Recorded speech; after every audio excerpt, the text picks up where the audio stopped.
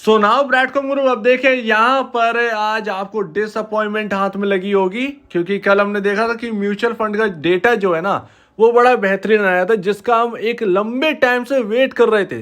10-15 दिन से वेट कर रहे थे, क्योंकि कंसर्न बन गए थे शेयर होल्डिंग पैटर्न को लेकर। लेकिन एक्चुअल में ये डिसअपॉइंटमेंट जो है वो Q1 के चलते यहाँ पर देखने को मिल रही थी। क्योंकि मार्केट में अगर आप देखें, जिस कंपनी के बहुत देर हो गई थी रिजल्ट में, उन्होंने तक रिजल्ट यहाँ पर पेश कर दिए। इवन हर कंपनी, मतलब ये लास्ट चल रहा है, सेशन चल रहा है लास्ट यहाँ पर क्वार्टरली रिजल्ट्स का, अपने पास नोटिफिकेशन तक नहीं आ रहा। तो Q1 का यहाँ पर कहीं ना कहीं डिसअपॉइंटमेंट था। इससे तो हम समझ रहे थे बिल्कुल सही तरीके से कि कंपनी जो देर कर रही है, हालांकि चलो देर आए दुरुस्त आए, हो सकता है कि कंपनी का यहाँ पर जो इधर उधर से जो रिजल्ट आते हैं ना, कहीं इजराइल का है, कहीं उधर सब्सिडरी से आ रहा है, उन सब के आने में शायद टाइम लग जाता हो, इसकी वजह से देर में आता हो। वो कंपनी को क्लैरिफिकेशन एक बार दे भी देना चाहिए। और अच्छा हुआ कि मैंने यहाँ पर वीडियो जो है वो पहले डिलीट कर दी थी, अभी जो मैंने बनाई, क्योंकि उसमें जो है वो Q1 को लेकर मैं बहुत ज़्यादा पैनिक कर रहा था।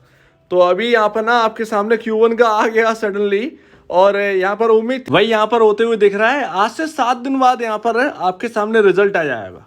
तो अभी यहाँ पर इसी का इंतजार था। Q1 का जो डिसअपॉइंटमेंट चल रहा था स्टॉक के अंदर, कल देखते हैं कि कैसे ब्रैडकॉम ग्रुप का स्टॉक जो है वो उसके ऊपर रिएक्ट करता है, जो कि अभी तक यहाँ पर स्लिप हो रहा था इसी वजह से कहीं ना कहीं, क्योंकि म्यूचुअल फंड का अपने सामने डेटा आ गया, हर चीज़ पॉजिटिव है।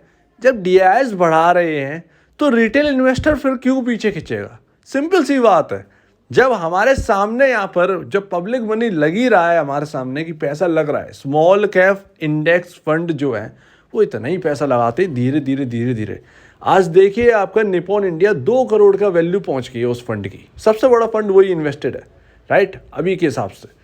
तो वो यहाँ पर बहुत इंपॉर्टेंट करता है। तो वो पब्लिक मनी है, फालतू में तो लगाएंगे नहीं, और ये फालतू पैसा है नहीं। तो चलो राहत की बात मिली है कि एक्चुअल में हमारे सामने डेट आ चुकी है, और वो लग भी रहा था कि मिड अगस्त तक ये आने वाली। अभी आप देखिए कि न्यूज़ अगर आप सर्च करें तो कुछ भी आपको BCG के ऊपर कुछ भी आपको न्यूज़ मिल जाएगी।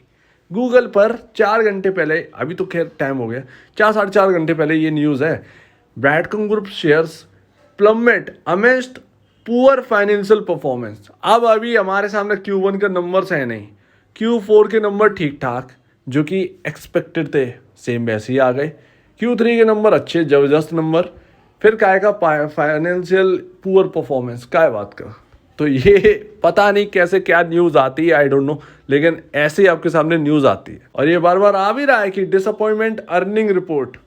तो ये यहाँ पर ना न्यूज़ चल रही हैं। हो सकता है शायद इन लोगों ने Q1 के रिलेटेड यहाँ पर किया हो कि Q1 की डेट ना आई हो। मैंने इतना चेक नहीं किया, लेकिन हेडलाइन से पता चलता है कि क्या कह रहे हैं। और अभी देखिए, अभी म्यूचुअल फंड की रिपोर्ट यहाँ पर ना पूरी अपडेट नहीं हुई है। जो फंड्स हैं वो यहाँ पर जुलाई वाले अभी अपडेट नहीं हुए, अभी सिर्फ निपॉन का है अभी, और आना बाकी है। इंतजार है, बेसब्री से इंतजार कि किसने क्या किया, और खासकर HDFC जो एग्रेसिवली बढ़ा रहा था वो क्या कर रहे हैं भाई साहब, उनको देखना इंपॉर्टेंट है। क्योंकि मुझे याद है एक परफ्यूम बनाने वाला स्टॉक था, और 70 रुपये पर म्यूचुअल फंड ने उसके अंदर खरीदारी की। हालांकि वो खरीदारी काफ़ी बड़ी थी, और म्यूचुअल फंड ने खरीदारी करी तो वो स्टॉक 160 रुपये का गया।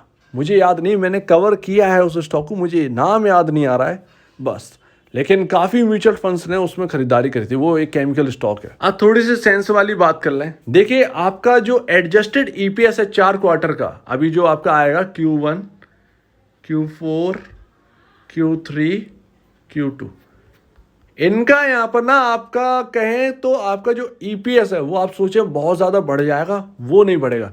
क्योंकि ना आपके बाकी क्वार्टर तो अच्छे हैं, लेकिन आपका जो Q3 में जो मिस हो जाता है ना, एकदम 50% 57% का जो डिस्काउंट हमें मिल जाता है उस क्वार्टर में सीजनल की वजह से, वो थोड़ा सा कैलकुलेशन थोड़ा सा कम कर देता है। तो जितना आपके सामने ये 6.79 का EPS जो आपको देखने को मिल रहा है ना, ये अगर आपका 4 क्वार्टर का निकलेगा तो 7 से ज़्यादा नहीं बढ़ने हो, 7 पॉइंट समथिंग या 6.80 के आसपास, 6.95 के आसपास ही को EPS रहे। अभी वो जो EPS है वो हम कैलकुलेट कर सकते हैं। अब Q1 की नंबर की डेट आ गई, अपना भी यहाँ पर जो है उसको कैलकुलेशन करके देख लेंगे कि कितना EPS निकलता। जब अपने सामने पहले एक्सपेक्टेशन रखे हुए हैं उसी के हिसाब से सब कुछ आना ही है, तो हम लोग कैलकुलेशन कर लें, क्या दिक्कत है। उसमें अपना यहाँ पर जो है पी रेशो कितना होगा उस वक्त का वो भी समझ लेंगे, और यहाँ पर क्या रहने वाला है, मतलब सारी जो डिटेल है वो हम पहले से ही कैलकुलेट करके रख लेंगे। जो एक्सपेक्टेशन दी है, एक्सपेक्टेशन के ऊपर एबव आ गया तो फिर उसको कैलकुलेट कर लेंगे, वो अपनी बात की बात है। लेकिन अभी जो एक्सपेक्टेशन है वो हम लोग कैलकुलेट करेंगे, तो उस हिसाब से देखेंगे पी रेशो कहाँ पर है, क्या होना चाहिए, करंट प्राइस के हिसाब से देख लेंगे। बुक वैल्यू पर शेयर तो खैर यहाँ पर ना थोड़ा सा यहाँ पर बढ़ता हुआ नजर आएगा, उसमें ज़्यादा कुछ है नहीं। हालांकि ध्यान रखिएगा जो आपका यहाँ पर Q1 का नंबर है, आप डिविडेंड का कह रहे थे, डिविडेंड का भी बता दूँ, AGM होगी इसके बाद, एनुअल जनरल मीटिंग, इसी रिजल्ट के बाद डेट आ जाएगी।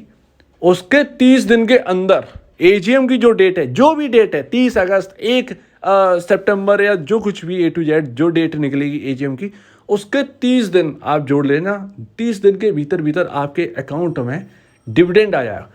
और एक और बात, जो डिविडेंड के ऊपर जो भी अगर ये डिविडेंड देते हैं उसके ऊपर जो नीचे जो लाइन लिखी रहती है उसको डिटेल में पढ़ लीजिए, ताकि कभी कंफ्यूजन ना हो। क्योंकि इस बार अपने को कंफ्यूजन हो गया था, हम लोगों ने चेक कर लिया उस वक्त, ठीक है, डिविडेंड क्यों नहीं आ रहा, डिविडेंड की नोटिफिकेशन गए, भाई साहब अपने से ही गलती हुई थी, वहाँ पर सीधा सीधा लिखा हुआ था एनुअल जनरल मीटिंग के 30 दिन बाद हमारा डिविडेंड आपके अकाउंट में आ जाएगा, मतलब आपका डिविडेंड आपके अकाउंट में आ जाएगा। तो वो अपने से मिस हो गया था, और पिछले बार भी मिस हुआ था, और हम डिविडेंड चिल्ला रहे थे, तो ये प्रॉब्लम हो जाती है। और अभी यहाँ पर देखिए क्या हो क्या रहा है, 200 डेमा तो भैया ये स्टॉक क्रॉस ही नहीं कर पा रहा। 200 डेमा पता नहीं क्या हो चुका है इस स्टॉक के अंदर, 200 डेमा नहीं निकल रहा। 3 दिन हो गए हैं, 3 दिन ये 200 डेमा लगातार उधर ही से स्लिप हो जाता है। 200 डेमा 50 डेमा, 50 डेमा आपका 26.72 के आसपास पहुंच गया, 200 डेमा आपका 25 पॉइंट समथिंग का है, ठीक है। वहीं से आज देखिए 200 डेमा से ही सेलिंग आ गई इस स्टॉक के अंदर, ये हो रहा है। और अब वापस हम अपनी वही डिमांडिंग रेंज 24 रुपये 70 पैसे, नीचे 22 रुपये 10 पैसे में पहुंच गए। अब ये देखना है कि ये Q1 के जो नंबर की जो डेट आई है वो क्या इस स्टॉक को 200 डेमा और 50 डेमा के ऊपर निकाल लेगा, यानी 26 रुपये 72 पैसे 50 डेमा के ऊपर क्लोजिंग हमें मिल जाएगी। अगर मिल जाती है तो हम सारे एवरेजों से ऊपर दोबारा निकल जाएंगे। तो ये यहाँ पर ना अपने को देखना है कि यहाँ पर एक और बात और पता चल जाए कि जो सुस्ती है ब्रैडकॉम ग्रुप के अंदर वो क्या Q1 को लेकर ही थी, जहाँ तक ये 99% उसकी वजह से ही थी, तो वो अपने को देखना पड़ेगा। फिलहाल जो है स्टॉक किसी भी तरीके से 200 डेमा को क्रॉस करने के लिए तैयार नहीं है। हालांकि वॉलेटिलिटी लो है इस स्टॉक के अंदर, मेरे ख्याल से नॉर्मल अब ये स्टॉक हो चुका है, और ये स्टॉक अब एक तरीके से ना मतलब एक शांत वाले तरीके से ये रहने लगा है। तो ये कल के दिन देखते हैं, आज काफ़ी बड़ा मतलब कह सकते हैं कि इन्होंने Q1 की डेट देकर बहुत बड़ी बात, बहुत सही किया। तो अपने को यहाँ पर Q1 की डेट मिल गई, कल देखते हैं इसका रिएक्शन कैसे स्टॉक करता है। तो आप क्या कहना है इसके ऊपर कमेंट सेक्शन में गए, और अब वीडियो देखने के लिए बहुत धन्यवाद दोस्तों।